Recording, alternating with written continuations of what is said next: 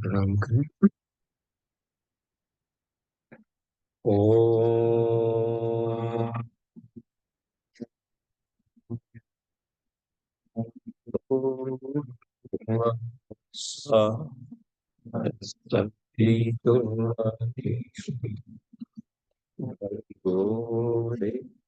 तस्य धीमहि धियो यो नः प्रचोदयात्। जी प्रणाम। आगे बढ़ते हैं। आज की कक्षा में क्रमशः गीता के 11वें अध्याय के श्लोक संख्या 23 से लेकर 33 तक आज देखेंगे। पहले हिंदी पद्य शैली में भाष्य जो किया है जोग ऋषि ने, उसको हम लोग सुन लें, फिर आगे चर्चा करते हैं।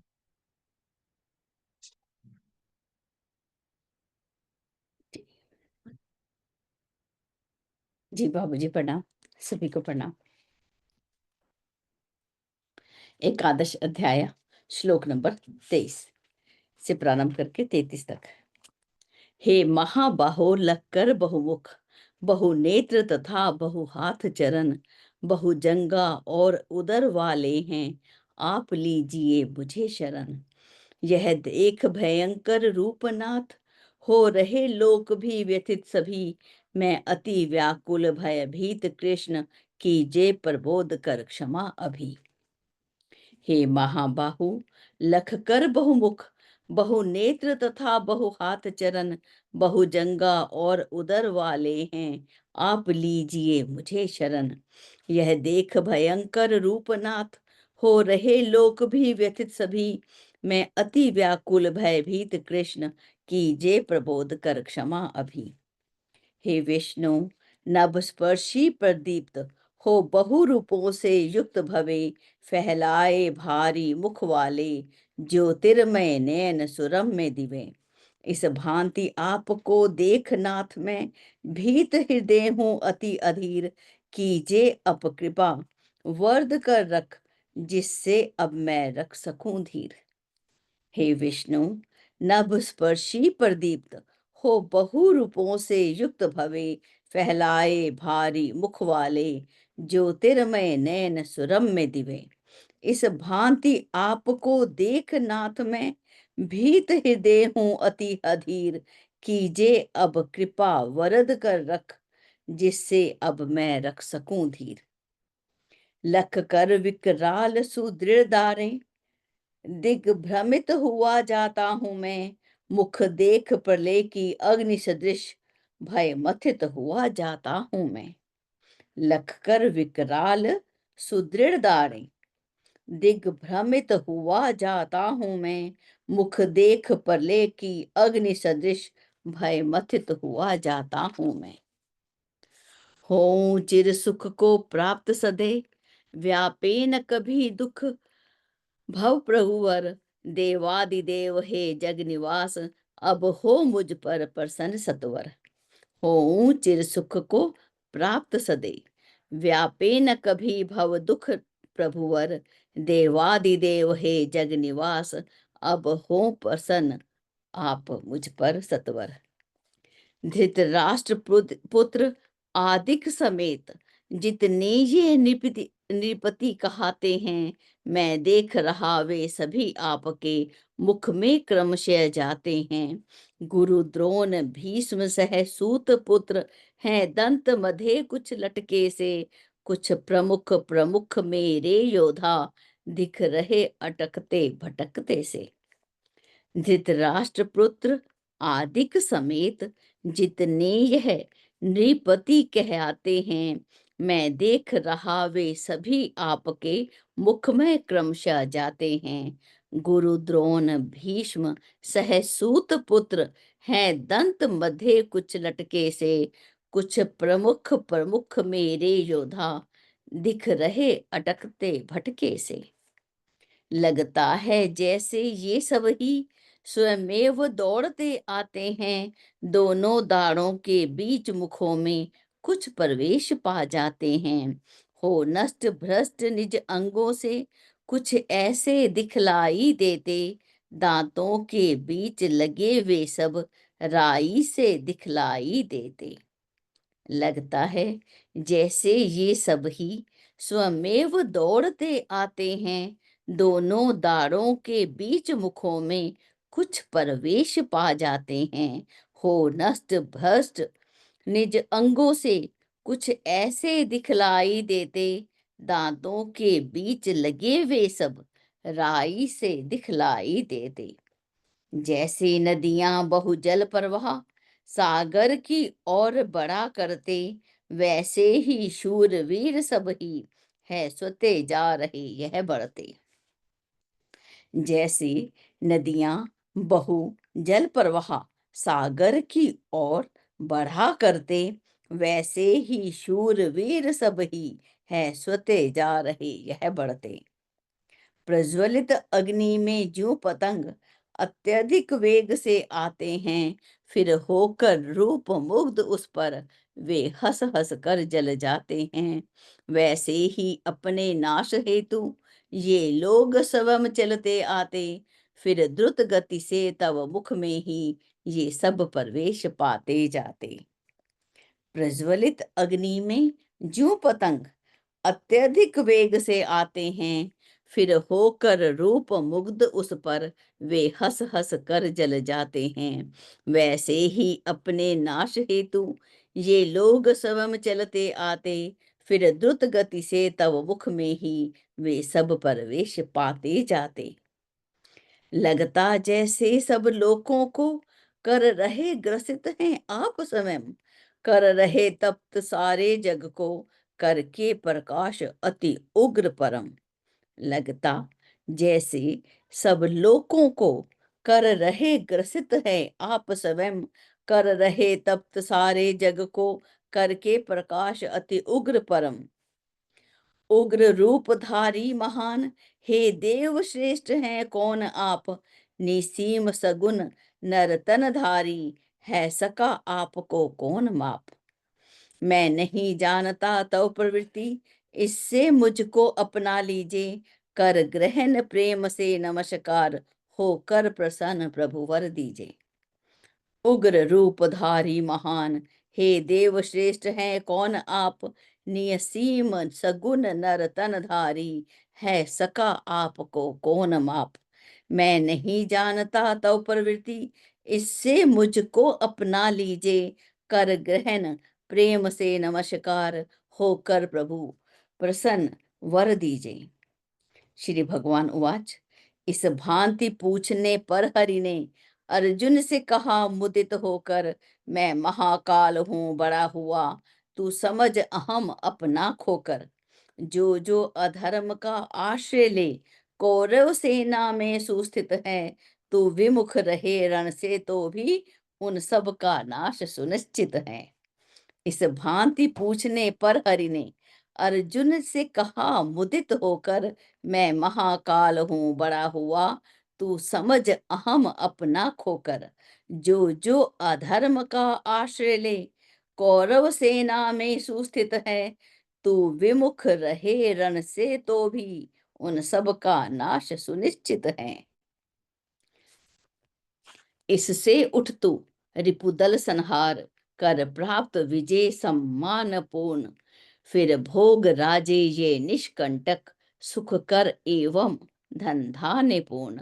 पहले ही इन सब वीरों को मैं मार चुका हूँ हे अर्जुन, तू आगे बढ़ युद्ध आर्थ मात्र हो जा निमित्त मेरा मत सुन।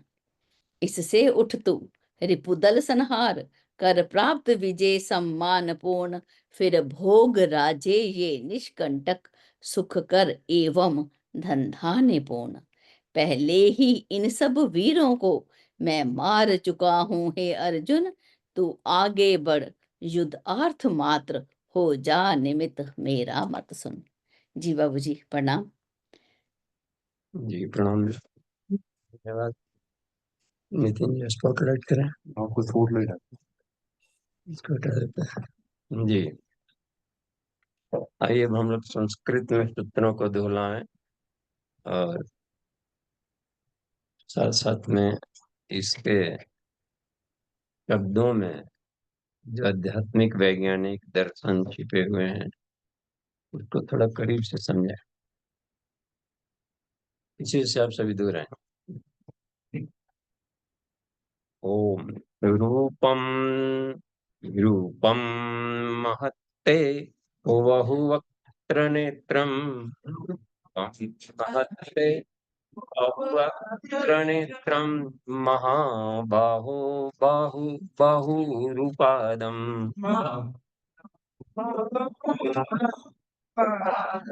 बहूदरम बहुदंष्ट्राकरालं बहूदरम दंष्ट्राकरालं दृष्ट्वा लोकाः प्रव्यथितः तथाहम् तथाहम्। आइए देखते हैं। अर्जुन भगवान के विराट रूप जब देखे तो इस विराट रूप में अब और विकरालता देख रहे हैं। कभी कभी हम लोग के जीवन में बहुत विभत्स घटनाएं होने लगती और महाप्रलय की स्थिति जैसा कुछ ऐसा दिखने लगा है हमको। तो इस विराटता में क्या देख रहे हैं? रूपम महत्ते, इतना विशाल रूप, बहुवक्त्र नेत्रम, बहुत सारे असंख्य मुख और असंख्य नेत्रों को वाले इस विराट स्वरूप को देख रहे हैं कि हे महाबाहो, आपकी बहुत सारी बाहु उरु पादम, बहु बाहु उरु पादम, आपकी बहुत सारी भुजाएं, बहुत सारी जंघाएं, बहुत सारे पैर। एक ऐसा कल्पना करें हम लोग कि कैसा दिखता होगा। तीन तो कल्पना तो बना ही जा सकता है। एक ही पैर नहीं कि पैर एक है, बदन है, केवल मुंह संख्या बढ़ गई। बहुत सारे पेट भी देख रहे हैं, बहुधरम, बहुत सारे पेट, बहुत सारे जंघाएं, बहुत सारे पैर। अब मिलजुल जैसा कोई देखने लगे होता है ना, जिसके हजारों हजार पैर हो, हजारों भुजाएं हो, हजारों उदर हो, हजारों जंघाएं हैं, बहुत सारे विस्फारित मुंह है, तो ऐसा तो अर्जुन कल्पना भी नहीं किया था ना, कुछ कल्पना किया जा सकता है। मनुष्य चाह करके भी ऐसा कल्पना नहीं कर सकता है। ये लिखने मात्र से भी, कहने मात्र से विराटता का केवल हम लोग अनुमान लगा सकते हैं। और ये कि कैसा है, ऐसा तस्वीर भी नहीं बनाया जा सकता। देखिए कैसा विराट देख रहे हैं। दृष्टवा लोकाः, इसको देख करके सारे लोग, सारे प्राणी यहाँ पर देखिए प्रव्यथितास, व्यथित हैं, तथा अहम, मैं भी इसे देख करके बहुत ही अब भयभीत हो रहा हूँ। देखिए यहाँ पर व्यथित। अगले सूत्र को दोहराइए। नभस्पृशं दीप्तमनेकवर्णं, नभस्पृशं दीप्तमनेकवर्णं, व्यात्ताननं दीप्तविशालनेत्रं, व्यात्ताननं दीप्तविशालनेत्रं, दृष्ट्वा हि त्वां प्रव्यथितान्तरात्मा, दृष्ट्वा त्वां प्रव्यथितान्तरात्मा, धृतिं न विन्दामि शमं च विष्णोः, न विन्दामि शमं च विष्णोः। देखिए यहाँ पर उनकी, हे विष्णु, हे भगवान, आपका पूरे आकाश में ही छा गए हो। नभ स्पर्शम, यानी हमें अब तो कुछ और भी दिशाएं ही नहीं दिख रही। देखिए हर जगह हमारे आप ही आप दिख रहे हैं। और अनेक वर्ण, अनेक वर्णों के आप दिखाई पड़ रहे हैं, नाना प्रकार और नाना रंग। और जिससे कभी आते हैं हम लोग के रंग भी है, ज्वालाएं भी उठती है कि अग्नि के साथ ज्वालाएं हैं, और भी किरणें भी ये सब होते हैं। तब सारे के सारे आकाश में अब एक तरह जगह जैसे रवाइश छूटता है। देखते कभी कभी बारात वगैरह में साधारण ही जब छूटने लगता है, तो इस तरीके से पूरा का पूरा आकाश ये अनेक दीप्तिमान प्रकाश की किरणों से भी व्यथित हो रहा हो। व्यात आननम, इनका मुख इतना बड़ा विराट, जैसे लगता है कि सारे के सारे ब्रह्मांड को खा चबा जाएंगे, इतना देख रहे हैं। दीप्त विशाल नेत्रम, और विशाल नेत्रों को मैं देख रहा हूँ। दृष्टा ही त्वाम प्रव्यथिता अंतरात्मा, हमारा जो अंतःकरण है, हृदय है, अत्यंत व्यथित हो गया। धृतिं न विन्दामि। अब हमारा शुरू में तो बड़ी जिज्ञासा थी, थोड़ा विराट रूप दिखाइए, थोड़ा सही से देख लें। ये नहीं समझते थे हनुमान कि इसका परिणाम इतना भयंकर हो जाएगा हमारी इच्छा का। इसलिए इच्छा मात्र मांग लेने से विघ्न, सोच लो। देखिए, पहले पहले तप करते थे ऋषिगण या असुरगण, तो अपने ढंग की कल्पना करके मांग लेते। फिर भी ब्रह्मा विष्णु महेश जिनकी साधना कर रहे हो, तो बार बार कहते सोच लो, इससे तुम्हारा भी घटा होगा। तो इसको अनुमान ही नहीं था कि हमारा कहेंगे तो इतना विराट रूप का दर्शन हो जाएगा इसमें। तो आप देख रहे हैं कि मैं अपना, अब मैं बेचैन हो गया, खुद ही उनका पेशेंस समाप्त हो रहा है मेरा। न विंदामि समम च विष्णु, जिस सुख के लिए हम कल्पना करके कि ऐसा सुख अनुभूति होगा, अब वो तो वो बिल्कुल समाप्त हो गया। यानी कि सुख को अब तो हम एक भय और विकरालता में आ गया।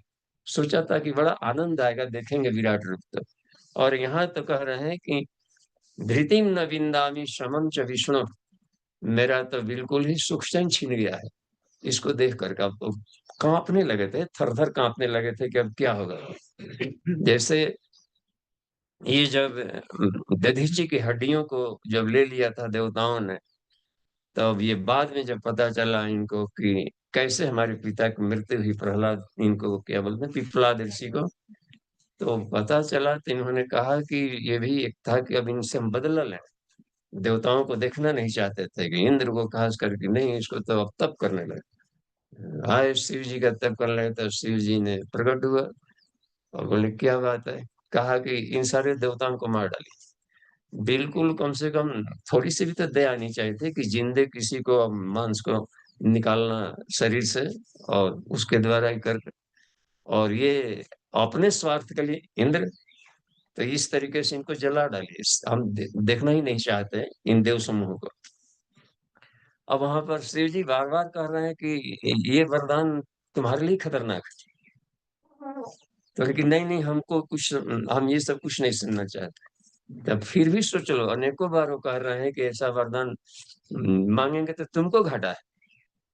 तो उनको मालूम नहीं था कि इन लोगों का वास कहाँ है, कि ठीक है हम थोड़ा सा एक झलक दिखाते हैं। अ- अचानक तथास्तु नहीं कह देंगे, एक झलक दिखाते हैं कि देखो ऐसा कुछ परिणाम हो सकता है। तो जैसे ही उसको ये करते हैं कि, तो अपने में जैसे ही देखते हैं कि इसको देखो तुम, तो उसका शरीर ही जलने लगा, क्योंकि देवताओं का वास शरीर में ही है। और अपनी ही आत्मा जलने लगी, अपने कण कण जलने लगा। तो यहाँ पर यह स्थिति आ रही।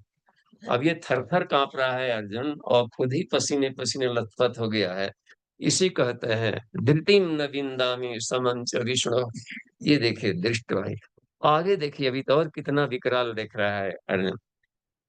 दंष्ट्रा करालानि च ते मुखानि, दंष्ट्रा करालानि मुखानि, दृष्टैव कालानलसन्निभानि, दृष्टैव कालानलसन्निभानि, दिशो न जाने न लभे च शर्मा, दिशो न जाने न लभे च शर्मा, प्रसीद देवेश जगन्निवास।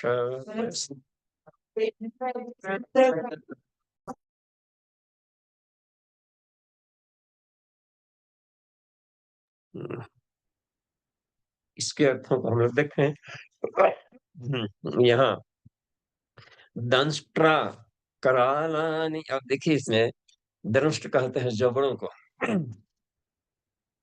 इतने विकराल जबड़े दिखते हैं, देखते हैं सब जो आता है सब क्या बोलते हैं ये, वीडियो हो गया, हाँ वीडियो हो गया।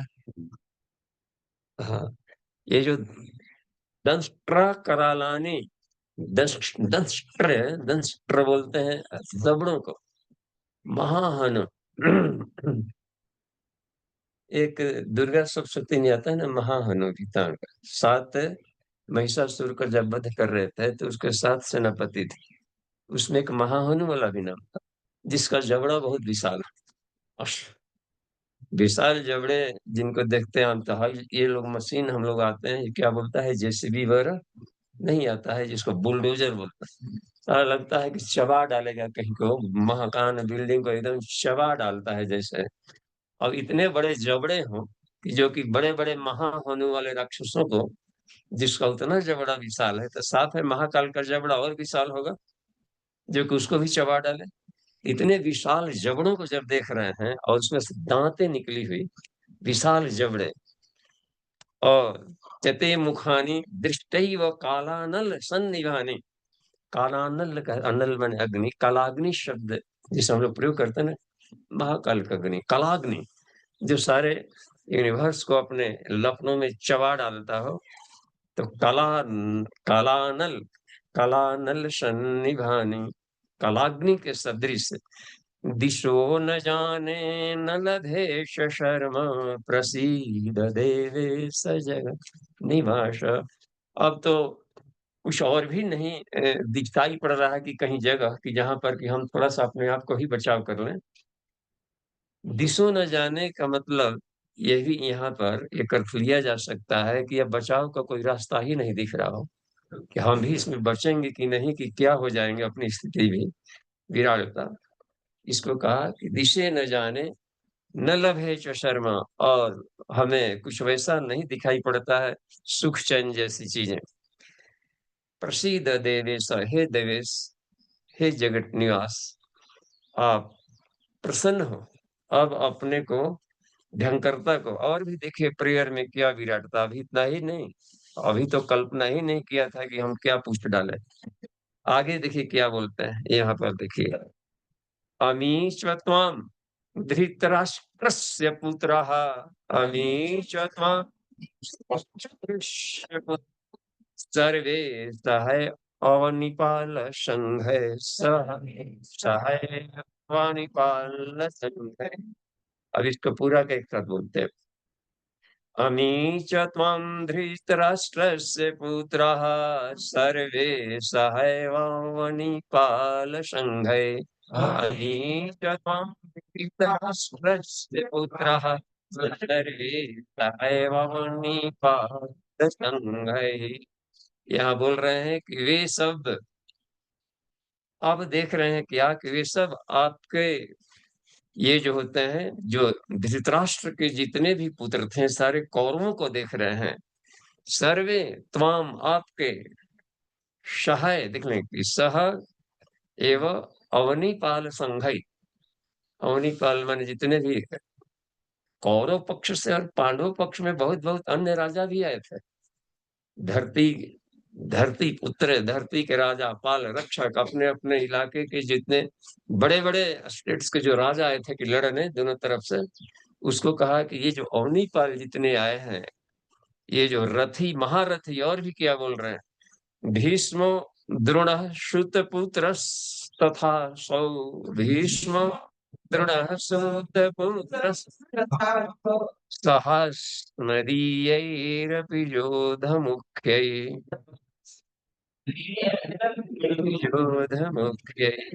अब यहाँ पर देखिए, इतना इतना पहले हम देख लें, जितने भी धृतराष्ट्र के सारे पुत्रों को हम देख रहे हैं, और सभी राजाओं को जो युद्ध में लड़ने के लिए यहाँ पर जो आए थे सब, और भी भीष्म पितामह द्रोणाचार्य और कर्ण वगैरह का भी हम सबको देख रहे हैं। साथ ही साथ हमारे पक्ष के भी जो प्रमुख योद्धा थे, उन सब को देख रहे हैं। क्या देख रहे हैं, वक्त्राणि ते त्वरमाणा विशन्ति, वक्त्राणि ते त्वरमाणा विशन्ति, दंष्ट्रा करालानि भयानकानि, दंष्ट्रा करालानि, केचित् विलग्ना दशनान्तरेषु, केचिद् विलग्ना दशनान्तरेषु, सन्दृश्यन्ते चूर्णितैः उत्तमांगैः, चूर्णितः। वाह, कितना एक विभत्स का, विभत्स अलंक, कितना विभत्स दृश्य देख रहे हैं। हम देख रहे हैं कि सारे के सारे कौरव, सारे धृतराष्ट्रों के पुत्र और जितने भीष्म पितामह, द्रोणाचार्य, कर्ण वगैरह, अब सारे राजा, रथी प्रति, और हमारे भी तरफ के जो युद्ध भूमि में आए, इसमें से भी बहुत सारों को हम देख रहे हैं। वक्त्राणि थे, आपके मुंह में जो जबड़े विशाल थे, उसमें त्वरा त्वरमाणा, तीव्र गति से उसमें दौड़ते हुए घुस रहे हैं। त्वरमाणा विशंति, प्रवेश कर रहे हैं। दंष्ट्र करालानि, और आपके जो विशाल जबड़े हैं भयानक, उसमें जा करके, और वो उसमें जा करके उस चूर्णित से आप उसको सबको चबा रहे हैं। गजब! कल्पना करके आदमी भय सहित थर-थर काँपने लगा। प्रत्यक्ष देख रहा है वो, इनके जबड़ों में चिबाए जा रहे हैं सब। केचिद विलग्नः, और भी देखिए, दशनान्तरेषु, दशन कहते हैं दाँतों को। कितने लोग दाँतों के जबड़े में फँस गए हैं, उलझ गए हैं, कितने के खोपड़ी चिबाया हुआ है, आधा सा रस निकल रहा है, गजब की स्थिति। किसी का टंग फँसा है तो उधर चबा लिया। ये सब चिबाते हुए जो देख रहा है, तो ये और भी भयानक और थर-थर काँपने लगा देख कर के दृश्य। केचिद् विलग्नां दशनान्तरेषु सन्दृश्यते चूर्णितैः उत्तमांगैः। खोपड़ियाँ भी चिबाई जा रही है सबकी। और जैसे भोजन करने के बाद आदमी तुरंत माउथ वॉश न करे, बढ़िया से भीतर से प्रक्षालन, और कहीं बोलने लगता है तो कहीं-कहीं पालक-वालक का साग नहीं कहीं पर दिख जाता है चिपका हुआ, फँसा हुआ। तो इसी इसमें उसमें एक शब्द आया था उसमें कि छोटे-छोटे ये जो सरसों के दाने की तरह कभी-कभी दिखता है।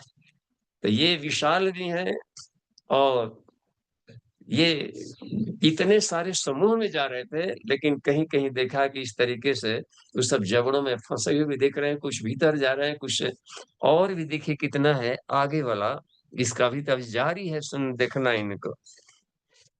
अमी इसका वाला दोहराइए। यथा, देखिए, यथा नदीनां बहवोऽम्बुवेगः, बहवोऽम्बुवेगः समुद्रमेवाभिमुखः द्रवन्ते, समुद्रमेवाभिमुखः द्रवन्ते, तथा तवामि नरलोकवीरा, तथा तवामि नरलोकवीरा विशन्ति वक्त्राणि अभिविज्वलन्ति, पश्यन्ति वक्त्राणि अभिज्वलन्ति। वाह! उदाहरण ये कितना है कि यथा, जैसे अर्जुन का, देखिए कितना ये गजब का दृश्य, जैसे नदियां नदियां, जैसे बरसात का भी सीजन चल रहा है, बरसात में नदियां भी जैसे उफान पर हो, और लगता है कि गांवों को सबको दहवाते वगैरह, जैसे नदियां बड़ी वेग से उफान में आकर समुद्र में विलीन होते जाती हैं, ऐसे ही, तथा उसी प्रकार से तवामी, आपके मुख में ये सभी नरलोक वीरा, धरती के रथी, महारथी, दिव्य रथी जो कहलाते थे, इसमें छोटे बड़े शूरवीर ये सब जाकर के विशंति, ये सब प्रवेश कर रहे हैं। वक्त्राणि अभी विज्वलंती, आपके जो ज्वलमान है, जो लपटें निकल रही, इसमें सब जा करके भीतर प्रवेश कर रहा है। ये और भी जा करके देखिए, अभी इसकी कल्पना अभी थम नहीं रही है। और भी यहाँ पर देखिए क्या बात है। यथा प्रदीप्तम ज्वलनम पतंगा, यथा प्रदीप्तम विशन्ति नाशाय समृद्ध वेगा, तथैव नाशाय यविशन्ति लोकास्, यविशन्ति लोकास्तवापि वक्त्राणि समृद्धवेगाः, समृद्धवेगाः। अब इसमें बोल रहे हैं एक और भी, जैसा दिख रहा है कि जैसे एक पतंग होते हैं, छोटे-छोटे कीड़े, मकोड़े, पतंग, जैसे दीपक जलता हो तो दीपावली, अब जैसे बरसात आएगा, जब आएगा दीपावली पर्व, आप देखेंगे सब कहीं-कहीं थोक के भाव से सब मिलते हैं, गिरे हुए पतंगे, कीड़े, तो सब जा करके अग्नि में जैसे पतंग जलने के लिए भीतर में दौड़ रहे हैं। और विशंति नाशाय समृद्ध वेगा, समृद्ध वेग से ऐसे कीड़े मकोड़े पतंग दीपक में जाते हैं। तथाई विनाशाय विशंति लोका, उसी तरीके से ये जितने भी लोका हैं, लोकानि यानी मनुष्यों के शरीर जो दिखाई पड़ रहे हैं, इन सारे का इस लोकानाम तो शरीर नहीं देखते हैं ना, मनुष्यों के जो शरीर बने हुए हैं, तो यहाँ पर यही सब लिखा गया है कि लोग ये सारे जो दिखाई पड़ रहे हैं, कीड़े मकोड़ों की तरह, पतंगों की तरह अग्नि में आपका मुंह में प्रज्वलित अग्नि में प्रवेश कर रहे हैं। और भी देखिए, तो इसको, इस विराटता को जब देख रहे हैं, अभी और बाकी है। देखिए 30वें वाले सूत्र में देखिए, ये गजब का चित्रण है व्यास का, या कहिए जिन्होंने गीताकार है उनका चित्रण देखिए लिखने का। ले लीह्यसे ग्रसमान समन्तात, ले लीह्यसे ग्रसमान समन्तात, लोकान् समग्रान् वदनैर्ज्वलद्भिः, समग्रान् वदनैर्ज्वलद्भिः, तेजोभिरापूर्य जगत् समग्रं, तेजोभिरापूर्य भासस्तवोग्रा प्रतपन्ति विष्णु।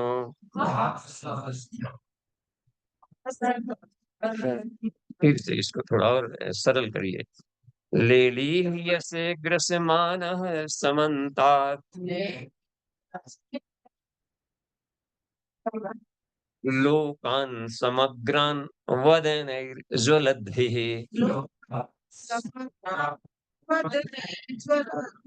तेजोभिर्यापुर्य जगतः समग्रम्,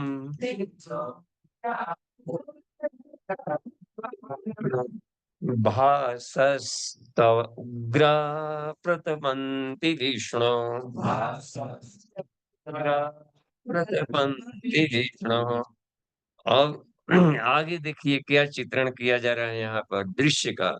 इस विराट रूप में देख रहे हैं कि जो भीतर प्रवेश कर रहे थे, या दांतों चिबा रहे थे, तो उसको देख रहे हैं कि सभी ओर से संदात ग्रसमान चिबाते हुए, उसमें जो जीव है, रक्त के भीतर में है, और तब चिबा रहे हैं तो रक्त भी टपक रहा है, उसको चाट भी रहे हैं। चिबाना, चाटना, चबा कर, जैसे भोजन है ना कि चिबा कर खाया करो, अनेकों बार चिबाओ, तो चिबा रहे हैं ना, तो इसमें जहां तहा है तो चू रहा है, तो उसको चाट भी रहे हैं।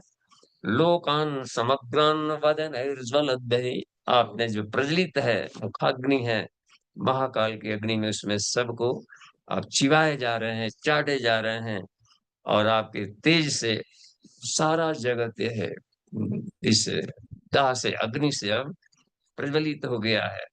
भासस्तव उग्र प्रतपन्ति विष्णु, हे भगवान, इस अग्नि की ज्वाला खुद भी उसके पसीने से लथपथ हो गए, थर थर कांप रहा था कि कहाँ से सर आफत है कि हमने कह दिया, ऐसा दिखाइए। ये 30वें तक में इस तरीके का चित्रण किया गया है इसमें एलिहस सर में। आगे चल करके देखते हैं, कल्पना मात्र से ही रोम सिहर जाता होगा। आगे देखिए 31वां में देखिए, 31, 32, 33 तीन रह गया। अब जाकर के अब प्रायश्चित स्वरूप में अब देखिए प्रार्थना अब करनी पड़ रही है अर्जुन को। आख्या ही मे को भवान उग्र रूपो,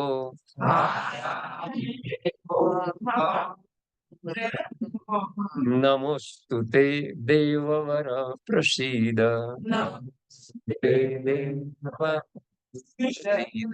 विज्ञातुमिच्छामि भवन्तमाद्यम्, भवन्तमाद्यं न हि प्रजानामि तव प्रवृत्तिम्।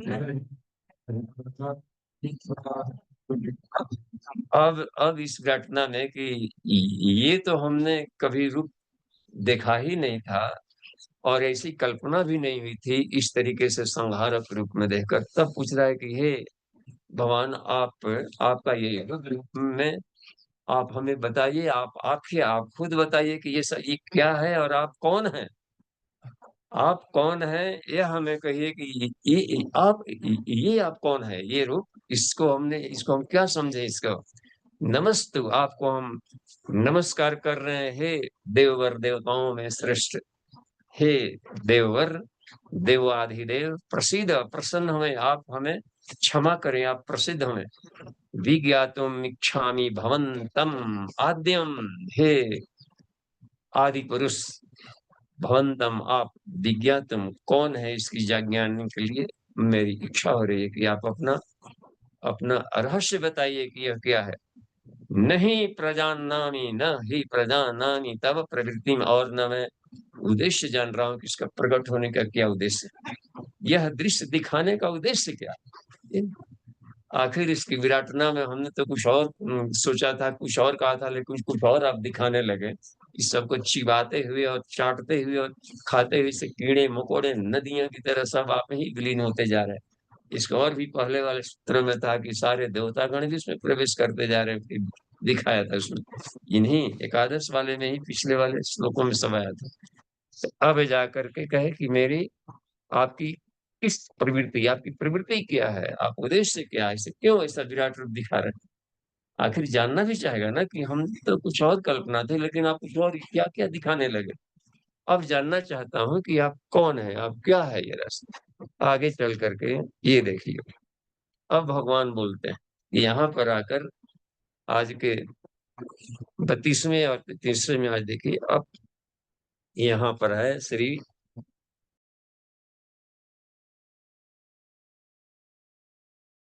श्री भगवान वाच,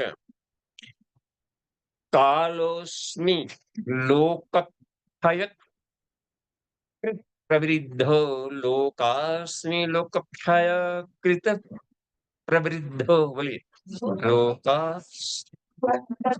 कालोस्मि लोकक्षय कृत प्रवृद्धो।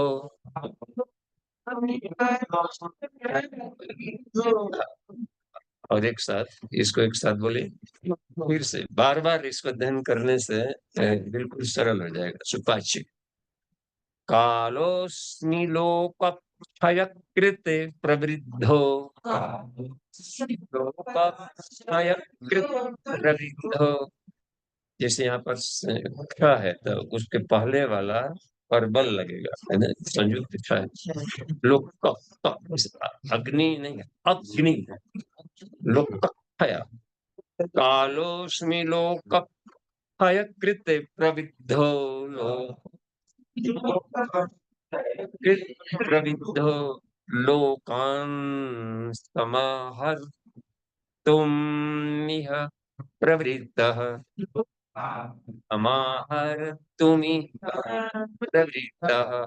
रीतेऽपि त्वां न भविष्यन्ति सर्वे, रीतेऽपि त्वां न भविष्यन्ति सर्वे, ये स्थितः प्रयत्निकेषु योधाः।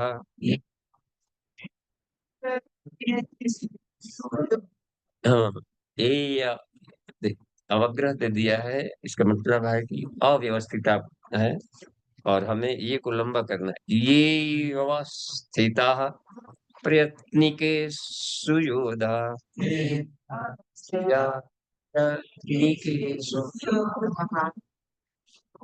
इसको एक एक शब्दों को देखा जाए। कालोस्मी, सीधे मैं महाकाल हूँ, बता रहे हैं अपना परिचय कि अर्जुन मैं महाकाल हूँ, और लोकक्षयकृत, लोकों का विनाश करने के लिए मैं प्रवृत्त हुआ हूँ। विनाशाय च दुष्कृता, है ना, अवतार की प्रक्रिया का भी जो उद्देश्य है उसमें। अब यहाँ पर तो अंतिम चरण चल रहा है हमारा संहारक वाला। परित्राणाय च साधुनाम विनाशाय च दुष्कृताम है। यहाँ कर रहे हैं कि सारे ये लोगों को है जो धर्म के विरुद्ध आचरण में, सारे संग्रह धर्म की ग्लानि कर दिया था, जिन लोगों ने धर्म का तांडव मचा रखा था, इन लोगों ने कहा कि लोगों को क्षय करने के उद्देश्य से मैं प्रवृत्त हुआ हूँ। लोकान समाहर्तुम, समाहर्तुम यानी उसको निस्तार के लिए, इनको समाधान के लिए, इनको नष्ट करने के लिए कही यहाँ पर, यह प्रवृत्ता मेरी यहाँ पर यह विराट रूप तुम जो देख रहे हो, रीते पीतवाम, तुम्हारे बिना भी न भविष्यन्ति सर्वे, ये सब नहीं रहेंगे। तो युद्ध नहीं भी करेगा तो भी ये सब चिबाए जाएंगे, मारे जाएंगे, सब यहाँ पर चाटे जाएंगे सब लोग को महाकाल।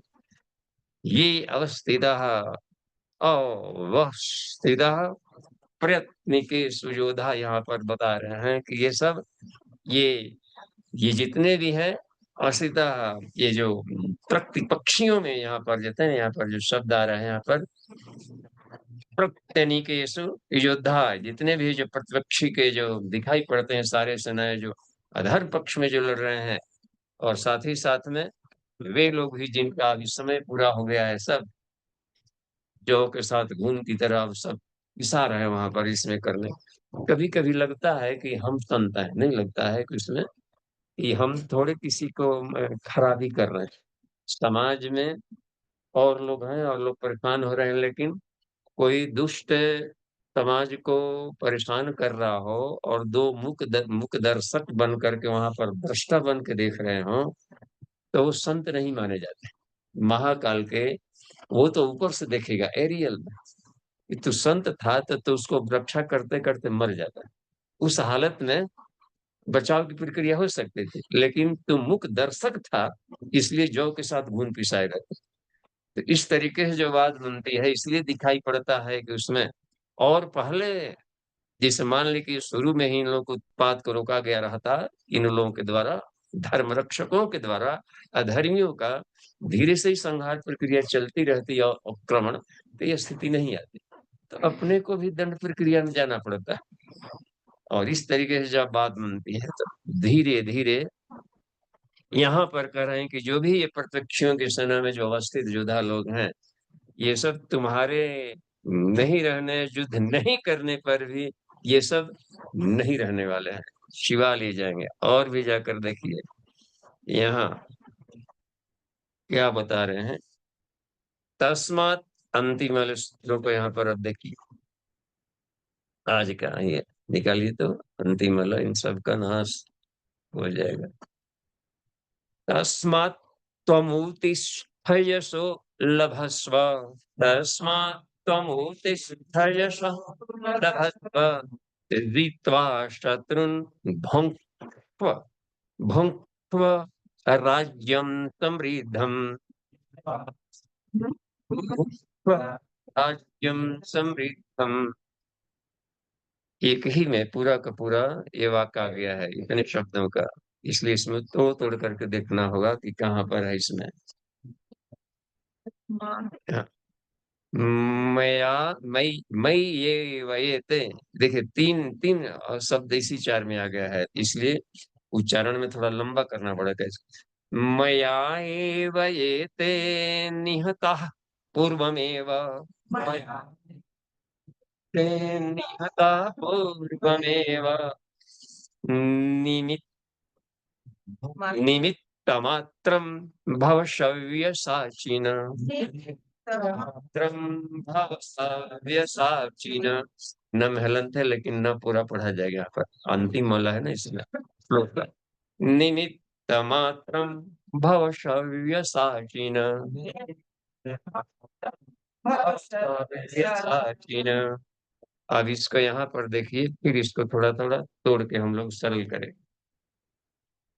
तस्मात् त्वमुत्तिष्ठयसो लभस्व, तस्मात् यशो लभस्व, तस्मात् त्वमुत्तिष्ठयसो लभस्व, यशो लभस्व। इसलिए तुम उत्तिष्ठ, उठो और यश का लाभ प्राप्त करो। जीतवा शत्रुन, जीतवा और शत्रुन, शत्रुओं को जीत कर, जीतवा शत्रुन भुङ्क्ष्व, कहते हैं भुङ्क्ष्व राज्यं समृद्धम, जीतवा शत्रुन भुङ्क्ष्व राज्यं, जीतवा शत्रुन भुङ्क्ष्व राज्यं समृद्धम, जीतवा शत्रुन भुङ्क्ष्व राज्यं समृद्धम, जीतवा शत्रुन स्वराज्यं समृद्धं जित्वा स्वराज्यं मया एवैते निहिता पूर्वमेव मयैवैते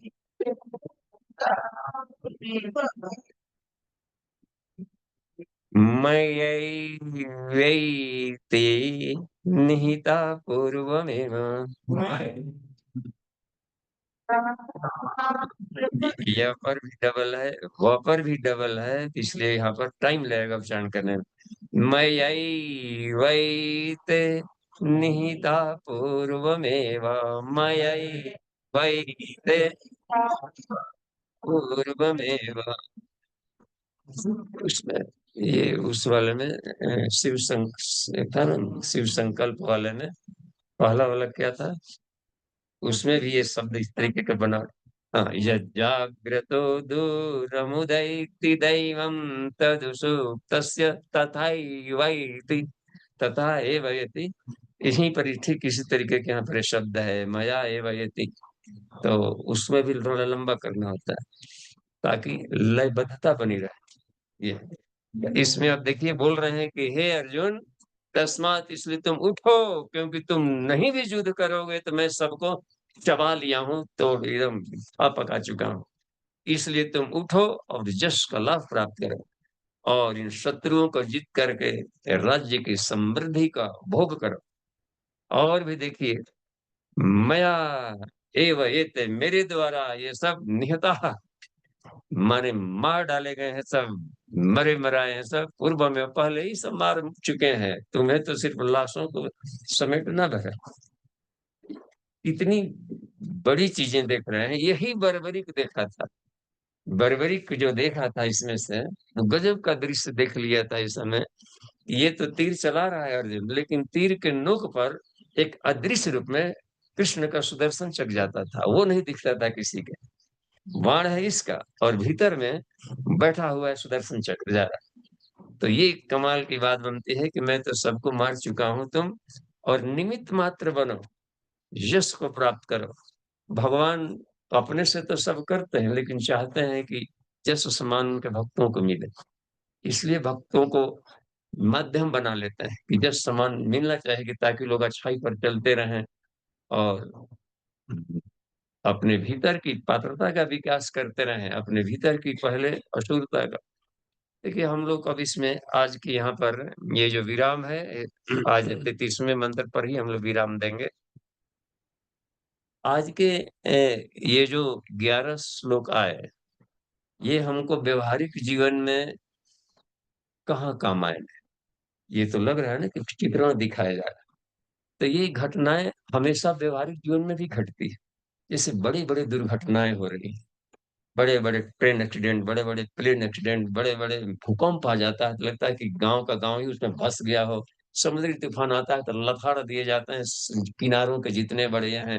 ज्वालामुखी आता है तो उसका जो आग निकलता है कि गांव को गलाते हुए जो चलता है, ये सब इनको एक साथ देखिए, नेत्र बंद करके भीतर में इन सारे को एक साथ देखा जाए विराट रूप में, तो लग रहा है ना कि सारे के चिबाए जा रहे हैं, खाए जा रहे हैं, कोई आग में गलाए जा रहे हैं। और ये इसी विभत्सता को देखते हैं कि इन दृश्यों को देख करके हमें भयभीत नहीं होना चाहिए। ये सारा का सारा ईश्वर का शरीर है और जहां भी देखते हैं भीतर में भी गलाई ढलाई चलते रहती है इस सृष्टि में। हम इनके रहस्यों को नहीं जानते, इसलिए बेचैन हो जाते हैं, कभी तो तुरंत जन्म लिया था तुरंत क्यों मर गया। लेकिन वो तो हम लोग भी जब जाते हैं बाजार में, मार्केट में कोई सब्जी खरीदने, जैसे भिंडी लेना है, तो सब छू छू के देखता है कि जन भतिया है कि नहीं। तो वो भी अपने ही अंगों को अपने सब खा रहे हैं, चबा रहे हैं, तो क्या बात बनती है। बड़ा है छोटा है क्या है, आत्मा जब मरती ही नहीं तो आत्मा को तो ऐसे नहीं खाया जाता, मारा जा सकता। अब रह गया कि ऊर्जा है, तो ऊर्जा है पंच तत्वों से बना हुआ शरीर है, जड़ का अपरा प्रकृति है, तो इसकी पूर्ति परमाणुओं का धूल है, तो बराबर ही इस संसार में लपेटे जा रहे हैं। ऊर्जा का भी नाश नहीं होता, नाश किसी का नहीं हुआ। हम लोग दोनों प्रत्यक्ष आंखों से देखने लगता है कि ये मर गया वो मर गया, कोई नहीं मरा है, कुछ भी घटना नहीं घटी है। सिर्फ ऊर्जा है, प्रकाश है, तो प्रकाश के तो लपटें उठती रहेगी। उस ढंग से देखे वैज्ञानिक दृष्टिकोण से इस बातों को, तो लग रहा है कि कहीं कुछ घटना ही नहीं हो रही। कितनी पवित्रता है, कितनी शांति है। आत्मा ही के लोग मानते हैं। हम लोग क्योंकि मानते हैं आत्मा माने शरीर मानते हैं, इसलिए लगता है कि मर गया और ये हो गया और चबाया गया कहीं हो गया। एक हर जगह एक आनंद की प्रवृत्ति चल रही, और इस आनंद वाले स्वरूप को जो नहीं ज्ञानात्मक था, तो अब ये वाला स्वरूप जब देख रहा है तो अपने ज्ञान से तो भयभीत हो रहा है। तो अज्ञानता ही भय का कारण है। तत्व दृष्टि जब मिल जाएगी संसार के बारे में, हर क्षण परिवर्तन चल रहा है, हर जगह हो रहे हैं, तो आत्मानुभूति योग में इसी का अभ्यास करना पड़ता है। इस शरीर के भीतर में सबको देखना, आकाश तक देखना, आत्मा को देखना, फिर शरीर को नीचे छोड़ करके आकाश में जाकर शरीर को देखना, दूर देखना कि ये सारे ब्रह्मांड और पृथ्वी घूम रहे, और सारा पृथ्वी के भूमंडल पर मेरा कार्य क्षेत्र है। पृथ्वी पर उड़ती हुई परमाणुओं की धूल की तरह हर घड़ी घटनाक्रम सब होते रहते हैं, ये मैं इनसे प्रभावित नहीं होता, ये मेरे लिए मनोरंजन की वस्तु है। इतना मेडिटेशन विज्ञान में कोष में आत्मानुभूति योग में सब करना पड़ता है इन सब चीजों का। और मैं अजर हूँ, अमर हूँ, शुद्ध हूँ, पवित्र हूँ, आनंदमय हूँ, ईश्वर अंश महान अविनाशी आत्मा हूँ, आनंद स्वरूप हूँ।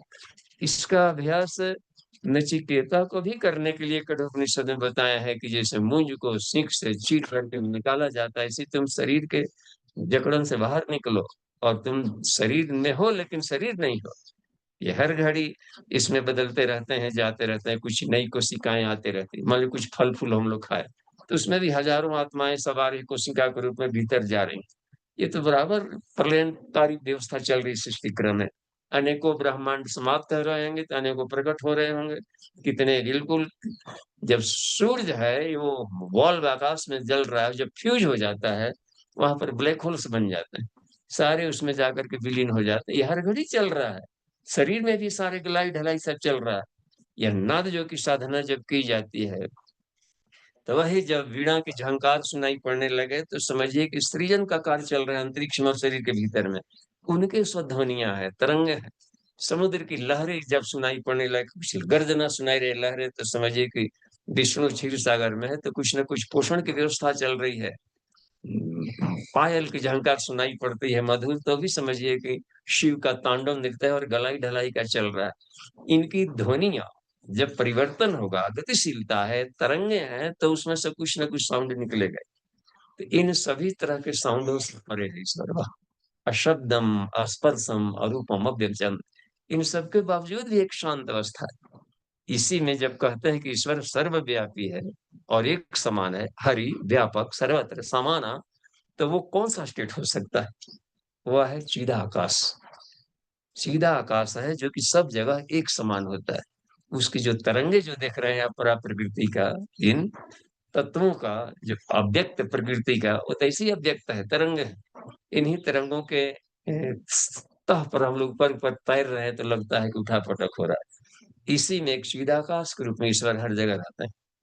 और वह अथाह ज्ञान, अथाह आनंद कहिए, अथाह शक्ति का एक दिव्य ज्ञान, दिव्य आनंद और दिव्य शक्ति का, अथाह शक्ति का एक आकाश है, पवित्र, निर्मल, प्रांजल, आनंद में, शांति में, उसको वहां पर रखा गया है। तो ये स्थिति हमेशा रहती है।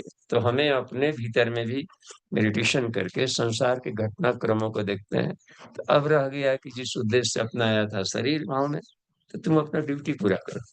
किसी उद्देश्य से ही ईश्वर ने रचना किया होगा इसको आनंद के लिए। हम अपनी जिम्मेदारियों को, अपने ड्यूटीफुलनेस को लाओ। तो दो काम करनी है हमें, गॉडलीनेस, ईश्वर के ने प्रसिद्ध आपको प्रणाम कर रहे हैं तो हम ईश्वर को नमस्कार करें, जिसके अंश है उसके बॉडी के अंश है, तो उससे अपने संबंध बनाए रखें, इसको बोलते हैं गॉडलीनेस। और दूसरा ड्यूटीफुल। हर व्यक्ति को अलग दिमाग, अलग शरीर की बनावट है, अलग योग्यता है, अलग प्रतिभा है। इन प्रतिभाओं का राष्ट्र हित में, आत्म कल्याण में इसका हम प्रयोग करते रहे। बस इतनी सी दो काम है, ड्यूटीफुलनेस, गॉडलीनेस। इसी को धर्म कर्तव्य माना जाता है। हर कोई में कोई कोई प्रतिभा है, और वो प्रतिभा ईश्वर के काम में लगनी चाहिए। बस। तो आज के यहाँ पर हम विराम देंगे और सीधे प्रश्नोत्तरी में आते हैं। नितिन जी। जी, पहला हैंड सुरेंद्र जी का है। जी भैया। हाँ जी, डॉक्टर साहब प्रणाम। जी प्रणाम बाबूजी। हाँ बाबूजी जो विराट दर्शन रूप योग है तो उसमें मुझे एक ही चीज समझ आया कि भगवान श्री कृष्ण अर्जुन को बिंदु साधना और तुरीयातीत स्थिति दोनों का अभ्यास एक साथ करा रहे हैं, क्योंकि वो विराट ब्रह्म में तो बिंदु साधना ही हो गई क्योंकि कल्पना से परे है, और 24 घंटे भगवान को देखना है, हर जगह देखना है, तो फिर वो तो तुरीयातीत स्थिति हो गई। तो क्या मैं सही समझ पा रहा हूँ बाबूजी उस चीज को? हाँ। और एक भी था, केवल सुंदर सुंदर ही कल्पनाओं को न माने ईश्वर का विराट रूप, हमने दोनों पक्ष देखना चाहिए। केवल जी दिन को, हाँ, केवल दिन के हम आदी हो जाएंगे तो रात्रि से भय लगेगा। तो जी रात्रि भी में ही मैं ही हूँ, दिन भी मैं हूँ, रात्रि भी मैं हूँ, सुख भी मैं हूँ, दुख भी मैं हूँ, और उत्पत्ति भी मैं हूँ और प्रलय भी मैं हूँ इसमें, और इसके बाद भी मैं बिल्कुल ही शांत हूँ, कुछ भी नहीं हूँ, निराकार हो असली। तो ये जो कुछ भी है पूरा का पूरा तत्व दृष्टि ही उसको दे रहे हैं, यथार्थ ज्ञान भी संसार में इस भाव से देखो। जब तक इतना विराटता का नहीं आएगा तो अपने भीतर का जीव है ना, द्वा सुपर्णा सविजा सखाया, इसी शरीर में दोनों है परमात्मा। तो इसी तरीके से अर्जुन भी कृष्ण का वो अंग अंग अवयव है, आत्मा और जीवात्मा परमात्मा के रूप में साथ में है सब। तो अपने भीतर की जीवात्मा का जीव रूप का रूपांतरण शिव स्वरूप में होने की प्रक्रिया में ये सब ज्ञान बहुत जरूरी है। तो ये बहुत बढ़िया है, उनकी साधना बता रहे हैं कि रूपांतरण इसका हो जाए बिल्कुल ही। तो जी, जी भाई। और तो फिर इसमें जो भी धर्मी लोग हैं और अधर्मी लोग हैं, तो दोनों के प्रेरक इसका मतलब ईश्वर है, और वो केवल लीला करा रहे, इसके अलावा कुछ नहीं करा रहे हैं, ये मान के चले? बिल्कुल मानना पड़ेगा। और यही यही एब्सोल्यूट ट्रुथ है, क्योंकि इसमें जब सूत्र मिलता है, इसमें वांग में 15 में सावित्री कुंडलिनी तंत्र में एक आता है, एक श्लोक है, सविता सर्वभूतानाम सर्वभवान प्रसूते, सभी तरह की भावनाओं को उत्पन्न करने वाला सिर्फ सविता ही है। हम उसके साथ तालमेल नहीं बिठा पाते हैं। नेगेटिव विचार आकाश में दौड़ दौड़ रहा है, तो हम लोग आकाश में दौड़ रहा है तो हमारे लिए नेगेटिव है, लेकिन दूसरों के लिए पॉजिटिव था वो। और हम टकुआ फंसा के अपने खोपड़ी में ले लेते हैं और कहने लगते हैं, दिमाग में भयभीत है कि नेगेटिव थॉट है। यहाँ पर कुछ भी नेगेटिव नहीं है, कुछ भी पॉजिटिव नहीं है, सारे तरंगे जा रही है, प्लस और माइनस के रूप में जा रही है, ऋण धारा, गर्म धारा, ठंडी धारा, और इन्हीं धाराओं से सृष्टि चल रही है। तो चुंबकीय इलेक्ट्रोमैग्नेटिक फ्लोस है सिर्फ का। तो यहाँ पर हमें भेद दृष्टि नहीं रखना जी, दोनों में, दोनों ईश्वर का रूप है, क्योंकि एक ही विराट है ईश्वर, तो उसमें उससे परे कुछ है ही नहीं। तो उनके शरीर में सारी घटनाक्रम चल रही, ये सब वैज्ञानिक दृष्टि से ही देखना पड़ेगा, विज्ञान में कुछ में। जी धन्यवाद।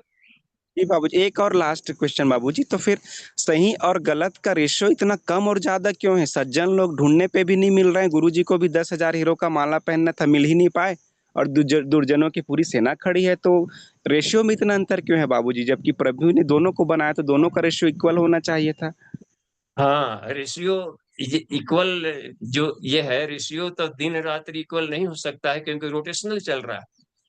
और रेशियो इक्वल जब गतिशीलता है सब जगह में, और तीन त्रिगुणात्मिका सृष्टि है, तो कभी रज कभी सत कभी तम, इनकी तरंगे आएगी, क्योंकि सारा संसार एक गति लयात्मक गति से चल रहा है, और जहां गति है तहां पर वेवलेंथ होगा, फ्रीक्वेंसी होगी।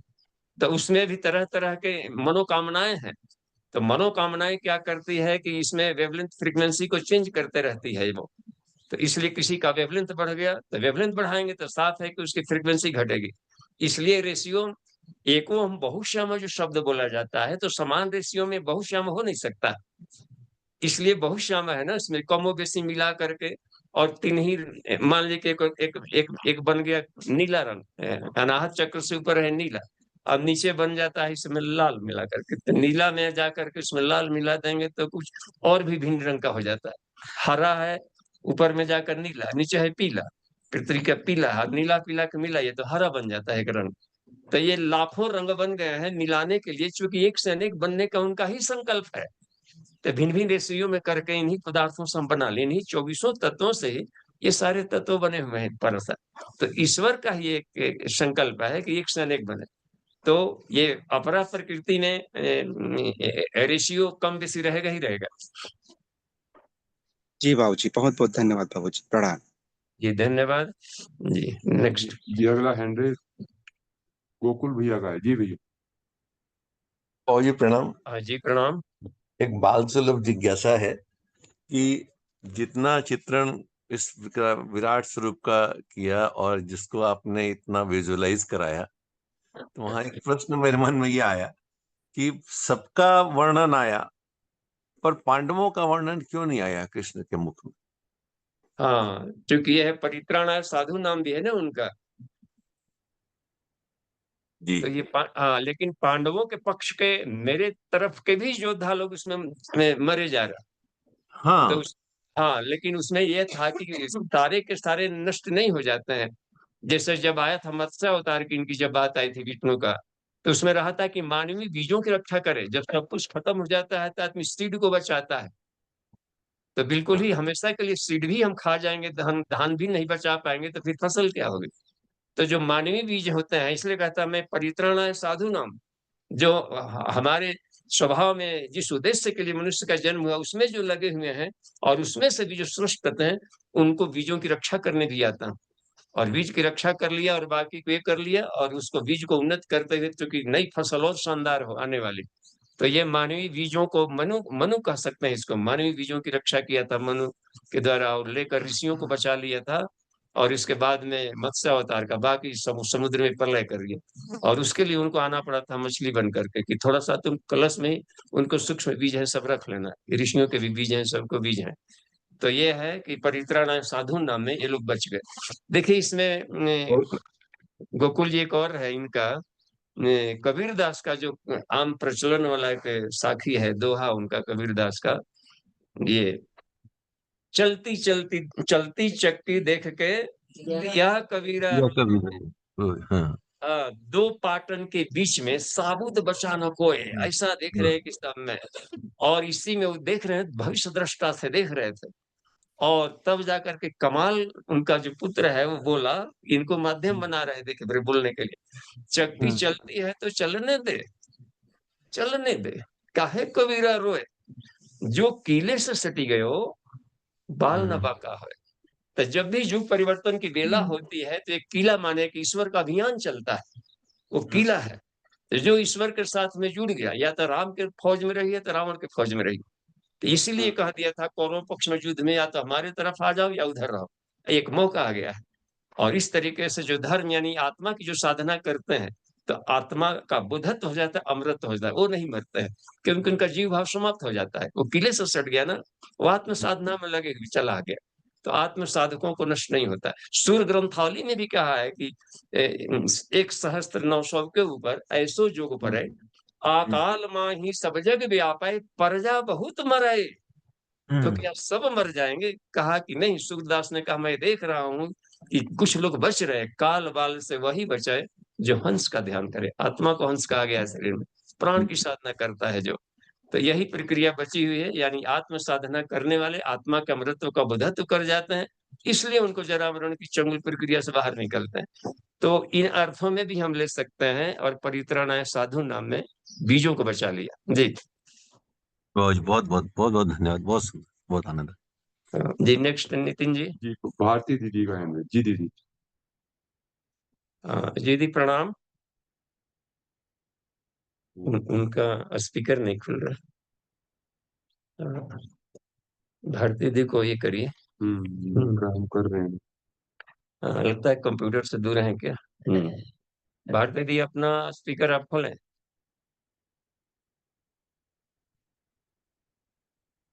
अभी इसलिए भी नहीं होगा। देखिए तो जब तक एक आचार्य जी का आया है। जी। हाँ, अभी जितने प्रश्न हैं लिखित चैट में देते रहिए या फिर हैंड रेज करिए। जी ये प्रश्न आचार्य जी का है। आचार्य जी पूछते हैं कि भावा क्या पूछ रहे हैं? दृश्य भयावह दृश्य दिखाने का आशय क्या आत्मबोध कराने के लिए माना जाए? कृपया प्रकाश डालें। हाँ बिल्कुल, केवल life is not a bed of roses कहलाता है ना, कि जीवन को हम केवल अच्छी अच्छी कल्पना में न जिए। ऐसे ही आदमी भुकार पार कर रोने लगता है थोड़ा सा ये में। तो काफी विभत्स सारे घटनाक्रमों से जुड़ता है, इसलिए एडवेंचरस जर्नी, प्राण शक्ति को बढ़ाना है तो जीवन का कोई साहसिक कार्य में भाग लेना चाहिए, हौसले का काम करे, इसको होता है ये बड़ा। तो यह है कि इस संसार में एक ही तरह की नहीं, घटनाक्रम विभत्स भी हो सकता है। और ये करने का तो अपने भीतर में भी कभी हो जाता है, सुंदर है, रोज मेकअप कर रहे हैं, पेंटिंग डेंटिंग अपने को कर रहे हैं, मान ली कि आग लग गई तो घर में स्टोव जल गया, कहीं हो गया, गैस चूल्हा फट गया, एक चेहरा जल गया, तो अपने ही चेहरा अपने देख करके डर लगने लगेगा। जितना था विराट कुछ भी हो सकता है। कहीं पर गुटखा खा रहे हैं, मजा आ रहा है, मजा आ रहा है, और कैंसर हो गया, गाल ले लिया, गाल काट लिया, दांत भी दिख रहा है, जबड़ा भी दिख रहा है इधर से, अब कैसा लगेगा? ये भी कल्पना कर लेना चाहिए। ये इसका नतीजा का परिणाम। तो ऐसा मत सोचो कि खाली ऐसा ऐसी हो गया है तो बैठ करके यहाँ पर धुन बजा रहा था, उधर नृत्य नृत्य सिखा रहा था, काका तो कर रहा था। हम अपने जीवन के यथार्थता को भी समझे, विराटता को, और सत्य में जीना सीखो अर्जुन जी। तो ये है, वैसे आदमी को ही ये रह जाता है और गलत करने से बचेगा, धर्म की रक्षा पर अटूट होगा। इसलिए विराटता दिखाना बहुत जरूरी है। हाँ, कि ये ऐसा चलेंगे, ये सब है जो विधर्मी लोग होते हैं, ऐसे होते हैं, ऐसे चबाए जाते हैं, चाटे जाते हैं, खाए जाते हैं। तो आदमी कांप जाए गलत करने से, बस जब तक से नहीं विभत्सा अलंकार सोचेंगे बना करके, नहीं तो आदमी फिर भयभीत नहीं होगा गलतियों से या नशा से या ये करने से या दुर्व्यसनों से। तो बड़े बड़े परिणाम परिणाम देखने को अस्पतालों में भी मिल जाते हैं कि वो हमने शुरू में ध्यान नहीं दिया, हम नहीं जानते कि थोड़ा सा मुहासा इतना बड़ा घाव बन जाएगा, कैंसर बन जाएगा और मृत्यु कारण बन जाएगा। तो इनसे बचे, इसलिए कांपाना भी जरूरी है। हाँ, और अर्जुन चूंकि उनके राइट हैंड पे है, उनके है सबसे वरिष्ठ वहां पर है, उनके योद्धा हैं, तो वो तो नहीं चाहेंगे कि ये योद्धा कमजोर रहे। इनका और भी माइंड मजबूत हो, और भी इनसे लड़ना है।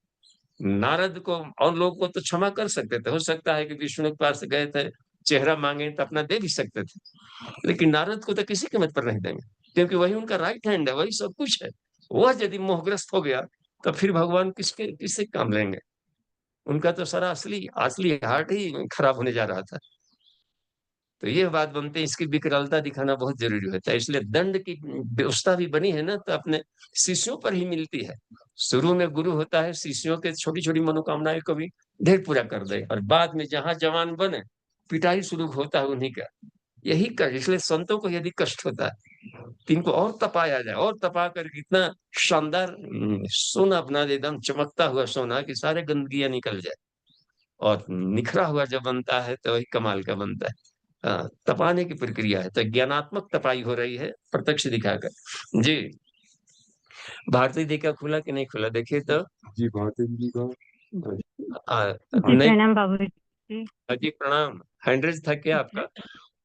जी बाबूजी, आपने अभी जो बताया कि धर्म अधर्म और सत रज तम सभी परमात्मा के ही गुण हैं, तो फिर हम ऑलवेज क्यों बोलते हैं कि थिंक पॉजिटिव एंड सद्गुण पे ज्यादा हम भार देते हैं? तो अभी अभी भी आपने बोला कि दुर्गुण और गंदगी को दूर करने के लिए तपाया जाता है शिष्य को, तो दुर्गुणों को तो दूर करना ही है, तो हम कैसे मान ले कि वो भी भगवान का ही एक स्वरूप है? हाँ, तो इसमें जिसमें कि सत्य को ही हम लोग आप नितिन जी कुछ समझे भारती जी का? थोड़ा सा बीच में आवाज कट गई थी। देखिए नितिन जी को और एक बार फिर से इसको पढ़िए, ताकि जितने हैं यहाँ पर सभी साधक भी सुने और सभी ऑनलाइन है सुने जी। कुछ लाइन कट रहा था आपकी आवाज। जी बाबू जी, हाँ सत रज और तम तीनों परमात्मा के गुण हैं, हाँ। तो हम लोग ऑलवेज कहते हैं कि थिंक पॉजिटिव, कि पॉजिटिव सोचना चाहिए। तो अगर नेगेटिव में ही भी भगवान है, तो फिर नेगेटिव क्यों नहीं सोचना? और फिर हम तज रज और तम को पास करके सत में जाना लोग सत को दूरी करना। तो ऐसा है कि रज और तो पूरे 100% है, तो वो अगर भगवान है तो हमें सत्व गुण ही बनना है ना। फिर हम ऐसे कैसे मान ले कि जो दुर्गुण है वो भी भगवान के है, नेगेटिव थिंकिंग भी भगवान की है? ऐसा कैसे माना जाए प्रभु जी? हाँ जी ठीक है, धन्यवाद। कुछ कुछ आया, आवाज अभी भी कट रहा था, लेकिन जहाँ हमने जितना सुनाई पड़ा उसके आधार पर बता रहे हैं कि जैसे कि जब सत्य रज तम तीनों में ईश्वर है, एक समान है, नेगेटिव पॉजिटिव है नहीं, तो हमको क्यों बार बार कहा जाता है कि तू सत्यार्थी बन ये कि नेगेटिव मत कर, पॉजिटिव जी कर। तो अब जी इसमें इसलिए कहा जाता है कि सत, यहाँ पर जो बात बन गई है कि ईश्वर सत रजतम तीनों से परे है। जो तीन गुण बताए जाते हैं सत रजतम का, ये पदार्थ के नेचर बताए जाते हैं, अपरा प्रकृति के। और तुम पर हो, आत्मा हो। और ये जो परिवर्तनशील जगत है उसके तीन गुण होता है। ये जो प्रकृति है ये त्रिगुणात्मिका है, न कि आत्मा। आत्मा तो निस्त्रय गुण है, तीनों में से एक में भी रहोगे तो तुमको दिक्कत आएगी। तो शुरू में सत इसलिए बताया जाता है कि सत माने ज्ञान है, और ज्ञान डोमिनेंट होता है पदार्थ जगत पर। इसलिए तुम सत माने ज्ञान, न कि खराब। और या तम माने खराब नहीं, तम माने पदार्थ है। पदार्थ में इनर्शिया होता है, जड़त्व होता है।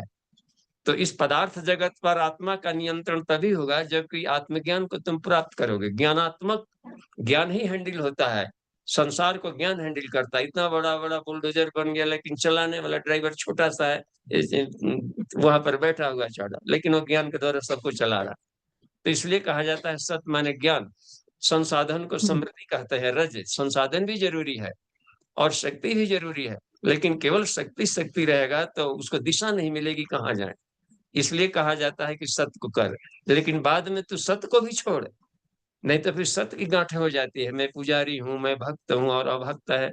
मैं संत हूँ तो वो असंत है। तो ये जो घृणा भाव आने लगता है ना, ये सत्य एक मैनिया बन जाता है। इसलिए निस्त्रय गुण भवार्जुनम, इसी के लिए ग्रंथि भेदन किया जाता है कि तीनों से तू परे निकल।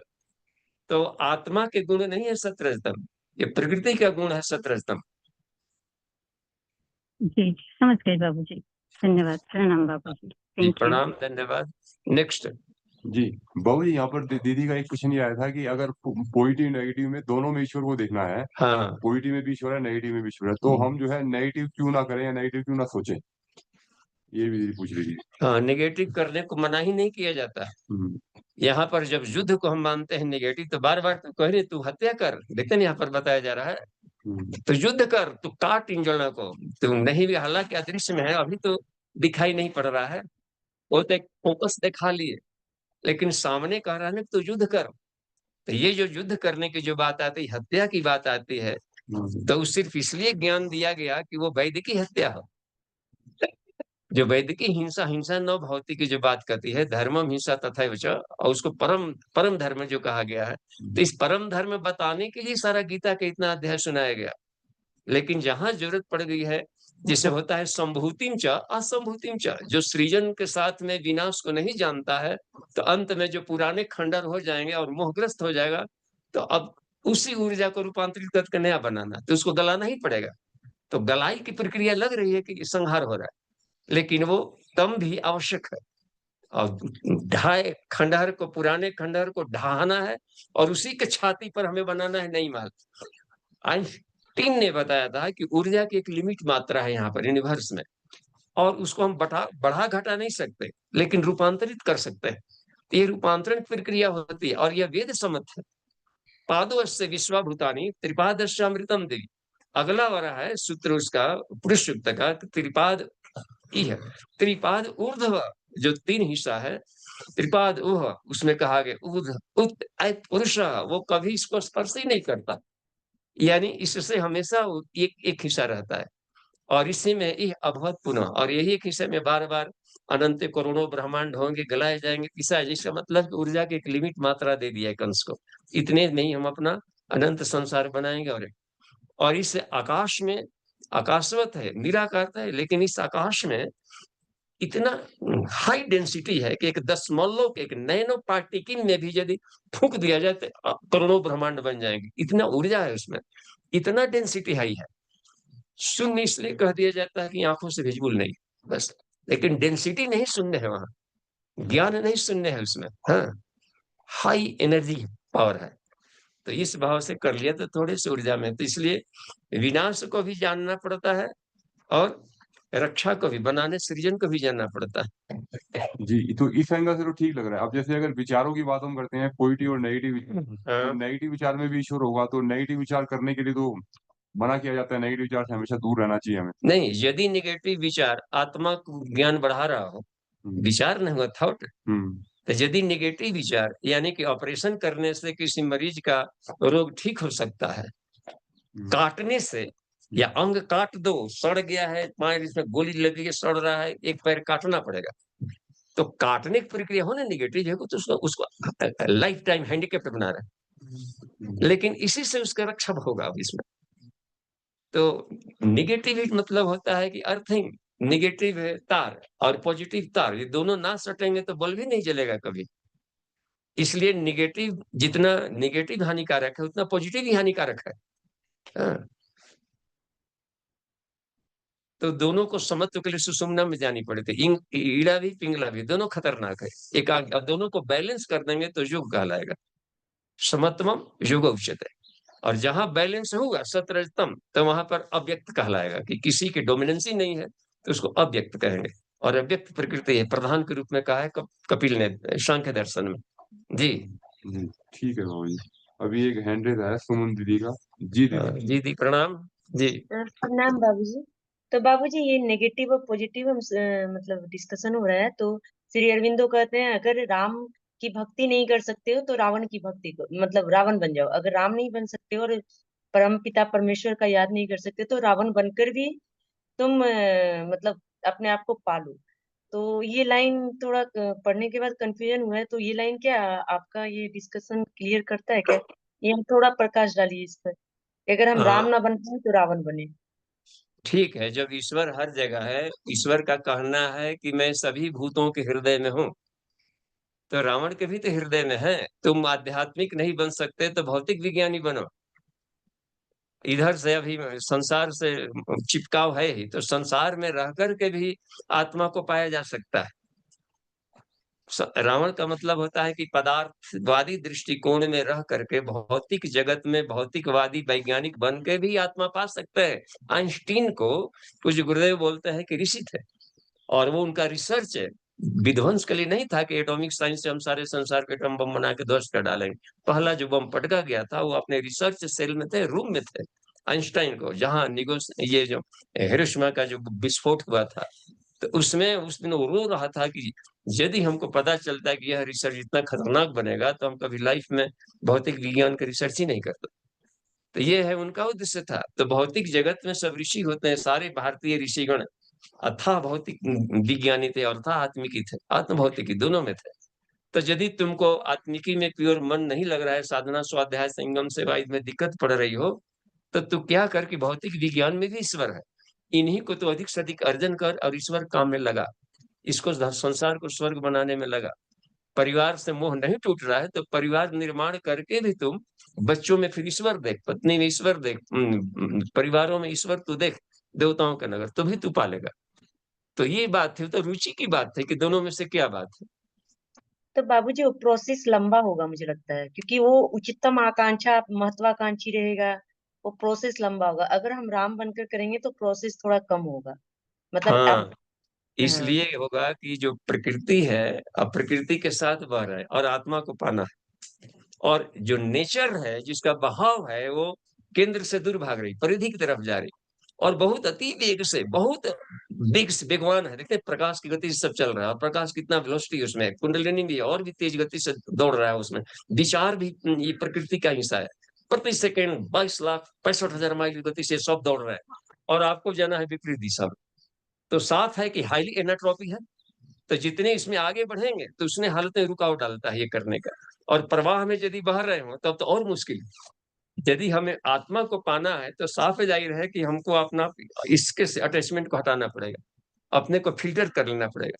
तो उतना संबंध रखें। महत्वाकांक्षाम सीमितम विधास्यामि, ये जन्मदिन पर एक सूत्र दोहराया जाता है कि हम महत्वाकांक्षाओं को सीमित करेंगे।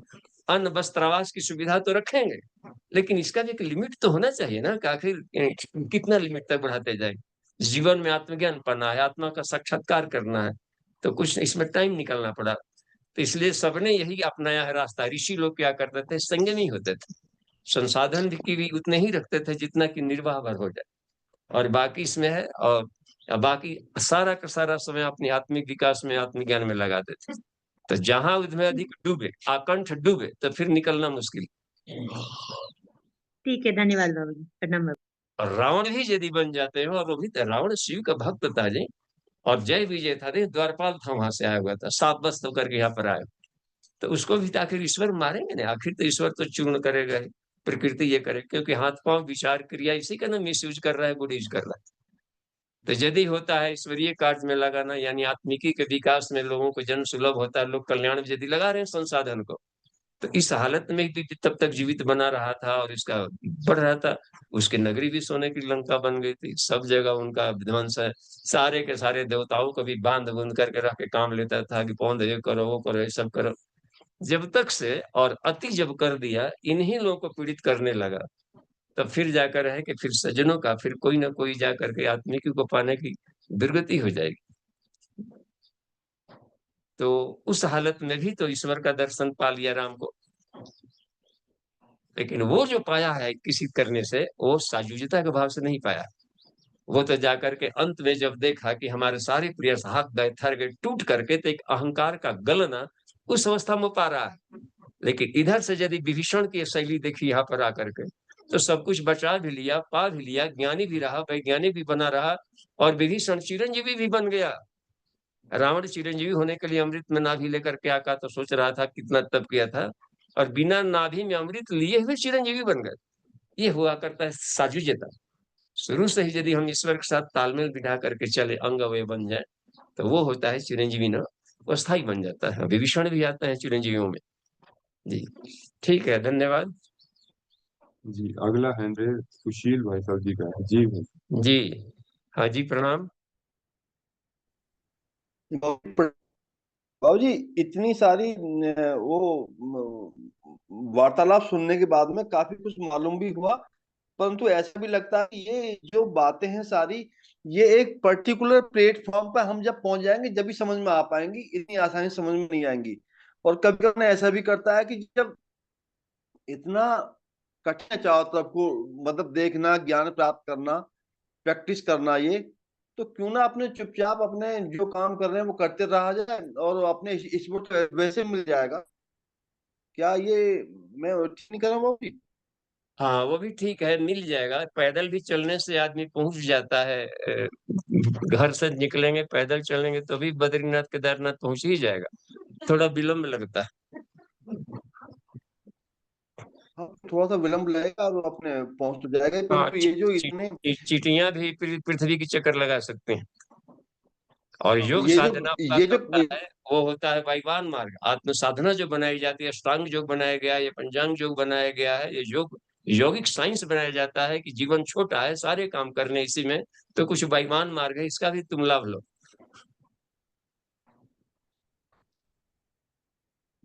पर ये बड़े कठिन लगते हैं ना, जो जितना वार्तालाप आप कठिन, सुना हाँ है कठिन इसलिए लगता है, अनाभ्यास है, अभ्यास नहीं है तो कठिन लगता है।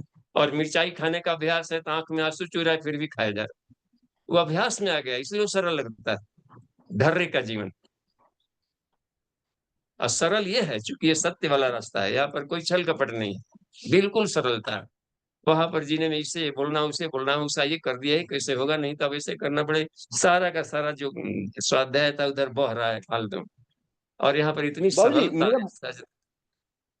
मेरा मेरा क्वेश्चन ये है कि जब आप जिस सेमी पारबिएबल मेम्ब्रेन की बात आप करते हैं, उस मेम्ब्रेन को विकसित होने में बहुत कठिनाई है। कभी तम गलत है, कभी तम ठीक है, कभी सत्य गलत है, कभी सत्य ठीक है। तो उसको डिटेक्ट करना, उसको पहचान पाना, कहाँ गलत है कहाँ सही है, रावण कहाँ सही कह रहा है कहाँ गलत कह रहा है, तो ये विवेक जागृत होने में तो मेरे को लगता है ये कॉस्मिक बॉडी के अलावा पहले डेवलप नहीं हो पाएगा। इतना तो हमें कठिनता से गुजरना ही पड़ेगा। जी, और ये कॉस्मिक बॉडी का ही विषय है। यथावत पुनतो ज्ञानम संसारस्य च स्वस्य च। जब जान जाएंगे गुण कर्म स्वभाव क्या होता है, इन तत्वों का गुण कर्म स्वभाव है, तो एकदम सारा ट्रांसपेरेंट दिखाई पड़ता है, सारा संसार एक ट्रांसपेरेंट है। कहीं कहीं पर इसमें तो एक सुई जैसा भी खादर खुदर नहीं रहेगा। वो बड़ा साइंस हुआ करता है विज्ञान में कुछ, और जहाँ विज्ञान है वहां पर किसी तरीके के उसमें तो इतना प्रांजल होता है कि वहां पर अंधविश्वास खादर खुदर टिक ही नहीं सकता। तो ये पता चल जाता है इसमें यथार्थ में। और समय यदि दिया जाए, टाइम यदि दिया जाए, और इस सब्जेक्ट को अपना विषय बना लिया जाए रिसर्च का, आत्मानुसंधान, तो सरल होगा। बाबूजी जैसे गोकुल मुद्रा जी भाई साहब पूछ रहे थे कि जो विराट रूप दिखाया भगवान कृष्ण ने, उन्होंने ज्यादातर जो वो चबाए हैं वो कौरव के ही ग्रुप के थे। पांडवों के ग्रुप में चलो पांचों पांडवों को छोड़ भी दिया, बाकी तो और बहुत पब्लिक थी, वो क्यों नहीं चबाई इन्होंने? सब चबाया है, इसमें योद्धा लिखा है कि हमारे तरफ के भी सारे योद्धा चबाए जा रहे हैं, इसलिए ना भयभीत हो गया कि हम भी बचेंगे कि नहीं। ये तो अपनी रोम कांप रहा है, थर थर हो रहा है देख कर, लेकिन हमारे योद्धा भी सब चबाए जा रहे हैं। इधर भी के भी तो लोग मरे थे, द्रुपद भी मरे, सब मरे, इधर भी तो सब लोग मरा रहे हैं, उसमें से विराट लोग भी, इनके भी योद्धा देखते हैं कितने सब मरे मरा जा रहे थे। रोज 10,000 का तो वो मार रहे थे एकदम, एक एक दिन प्रतिदिन भीष्म पितामह 10,000 सैनिकों की हत्या कर रहे थे, तो सब इनके पक्ष वाले थे। तो वो भी दिया रहा है कि मेरे तरफ वाले भी सब उसमें चबाए जा रहे हैं, देखा, केवल उसको नहीं लिया है, रथी महारथी हमारे साइड वाले में भी तो मर रहे हैं, इधर वाले भी। जी जी बाबूजी, फिर भी समझने का प्रयास करते हैं बाबूजी, लगते हैं फिर। जी हाँ धन्यवाद। जी, धन्यवाद। जी अभी यहाँ से कोई हैंडल नहीं है? हाँ हैंडल है यहाँ पर, देखिए 2 मिनट बचा हुआ है यहाँ पर, कोई हैंडल अपने देखिए उधर अंकुर जी का। ये तो बहुत बड़ी एक साइकिल हो गई। अध्यात्म में लड़ाई में रहते हैं कि सात्विक बने, अध्यात्म बने और साधना से आत्मा को प्राप्त करें। इसी जगत में जो है ज्ञान और अज्ञान का खेल चलता है, सत्य और असत्य का खेल चलता है, लेकिन ईश्वर की इच्छा से चल रहा है। ये एक हमारे बीच में कि हमें उस खेल को भी करने पाता है। हाँ जी, अच्छा हम लोग अंकुर जी का प्रश्न है तो इसमें बोलिए, सब लोग सुन लें कि क्या पूछा था इन्होंने। अभी साइलेंट हो ना, उधर की आवाज नहीं सुनाई पड़ रही तो एक बार भैया फोन है? बोलिए। हाँ ये फोन उनके पास दीजिए, अंकुर जी बोलिए तो फोन में। हाँ इसमें बोलिए, लास्ट प्रश्न होगा, देखिए 29 हो गया। हाँ जी तो प्रश्न बाबूजी ये है कि एक कि हमारा जो मूल ये आप on mute। जी हमारा जो मूल लक्ष्य रहता है, आध्यात्मिक लक्ष्य रहता है। चलिए इसको हाँ इसमें बोलिए तो। जी बोलिए। हाँ इधर बोलिए, लोग देखें कि अंकुर जी हैं साधना में आए हैं। ठीक है ठीक है बाबूजी। हाँ, तो सुनाई नहीं पड़ेगा ना ये, यहाँ माइक। जी बाबूजी, तो इसमें हमारा प्रश्न ये है कि हमारा जो मूल लक्ष्य रहता है कि हम आध्यात्मिक जीवन में साधना करें और अपनी आत्मा के ज्ञान को प्राप्त करें, परंतु उसी जगत में एक यह चक्र भी चलता है जिसमें ज्ञान अज्ञान की लड़ाई चल रही है, सत्य असत्य की लड़ाई भी चल रही है। तो उस ज्ञान, इधर ये खेल चल रहा है, एक तरफ हमारी अपनी साधना की जर्नी चल रही है, वो भी सत्य है, और हमारा जो प्रयास है वो भी सत्य है। तो इसके बीच में भी सामंजस्य बैठाना बड़ा ही कठिन बैठ जाता है, वो भी विशेष रूप से तब जब हम अपने कॉस्मिक बॉडी तक नहीं पहुंचे हैं। जी तो ये अभी जो प्रश्न चल रहे हैं उसी के क्रम में एक प्रश्न है। हाँ देखिए इनका, अंकुर जी का प्रश्न कुछ क्लियर हुआ नितिन जी। हाँ तो अब इसमें है कि यहाँ पर जो चल रहा है और इससे संघर्ष में, उसमें तालमेल भी बिठाना है, समत्व भी करना है, और उसमें ले तो इसलिए नहीं हम लोग को थोड़ा दिक्कत पड़ रही है ना कि हम उसमें 100% इसका स्कॉलर नहीं बने। हमारा 100% अध्यात्म विषय अभी भी नहीं हुआ है, नौकरी करना है वो करना है, बच्चे पालने है वो करना है, इधर देखना है, सोशल बॉडी होता है ना, ताकि सामाजिकता में हमारा जो दिमाग लगा है या आत्मिक प्रगति में रुकावट बनता है। तो चूंकि वो भी कंसंट्रेशन, जैसे आइंस्टाइन थे तो वो लोग दिन भर, कोई भी साइंटिस्ट होता है तो कमरा में बंद है तो पता नहीं कई दिन के बाद कमरा खोलेगा अपना, सारे संसार से अपने को काट दिया है। तो अब उसमें होता है कि समग्र समर्पण कहने की बात है कि रात दिन हम 10-10 घंटा पर डे अध्ययन करते थे, और लगातार 8 साल किया ऐसा, और उसमें रात दिन लगन करना, प्रैक्टिकल करना, कैसे मिलेगा, क्या रहस्य है, कैसी बात है, अपने पर प्रैक्टिकल करना, लंबा करके कुछ दिक्कतें पड़ रही थी, कहीं कहीं पर ब्लड कैपिलरीज भी फूट जाते थे करने के क्रम में, रिसर्च में। तो ये जो बात बनती है ना, तब पता चला कि वो ऐसे करना बड़ा सरल है। तो ये जो लंबे कोई भी रिसर्चेज हुए हैं, इसका समझिए कि ऋषि लोग सैकड़ों हजारों वर्ष तक उस पर प्रैक्टिकल किया है, अब फिर सरल फॉर्मूला दिया है। तो अपने को यदि जानना है तो कहीं कर, हमको ये पाया कि इससे सरल कोई साधना नहीं है, ना कोई सब्जेक्ट है अध्यात्म के बराबर। तो ये बात बन जाती है, लेकिन सामंजस्य हमें बताना पड़ता है, बिठना पड़ता है, तत्व दृष्टि विकसित करनी ही पड़ेगी कि आखिर ये घटना घटी। तो ये बताते हैं युग ऋषि गुरुदेव की कहीं पर कोई घटना घट गई है तो चमत्कार नहीं हुआ है, वो भी किसी न किसी साइंस पर काम कर रहा है। उस साइंस को हम लोग नहीं जानते हैं तो चमत्कार हो गया, अजूबा हो गया। यहाँ पर कुछ भी अजूबा नहीं है, हर जगह एक गणितीय फॉर्मूला काम कर रहा है, यही तत्वदृष्टि विकसित हो जाती है। तो ठीक है, स्वाध्याय क्रम चलता रहेगा, नेक्स्ट क्लासेज में हम लोग देखेंगे यहीं पर। ओम